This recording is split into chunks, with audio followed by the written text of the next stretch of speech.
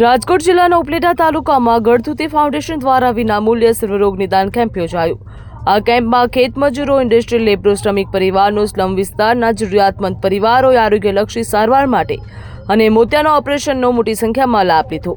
આ કેમ્પમાં ડોક્ટર દિવ્યેશ વી બોરેચિયા, આશિષ ઘેટિયા તેમજ ડોક્ટર એસ કી મકડી અને શ્રીમતી શારદા જાટિયા હોસ્પિટલ ગોંડલની ડોક્ટરની ટીમ દ્વારા સેવાઓ આપવામાં આવી હતી। ત્યારે ગળથુતી ફાઉન્ડેશનના કેમ્પમાં દાતા સોમેશભાઈ વ્યાસ, ભાર્ગવભાઈ વ્યાસ, ઉપલેટા નગરપાલિકાના પ્રમુખ વર્ષાબેન ગજેરા, સાહિત્યકાર દેવરાજભાઈ ગઢવી, માર્કેટિંગ યાર્ડના ચેરમેન હરિભાઈ ઠુમ્મર, નગરપાલિકા સદસ્ય અસ્મિતાબેન મુરાણી, ચંપાબેન શીતલબેન મદલાણી, કેડી સોનેજિયા અને અનેક આગેવાનોએ હાજરી આપી હતી। ત્યારે આ કેમ્પને ગળથુતી ફાઉન્ડેશનના કાર્યકરો દ્વારા સફળ બનાવવા માટે ભારે જહેમત પણ ઉઠાવવામાં આવી હતી।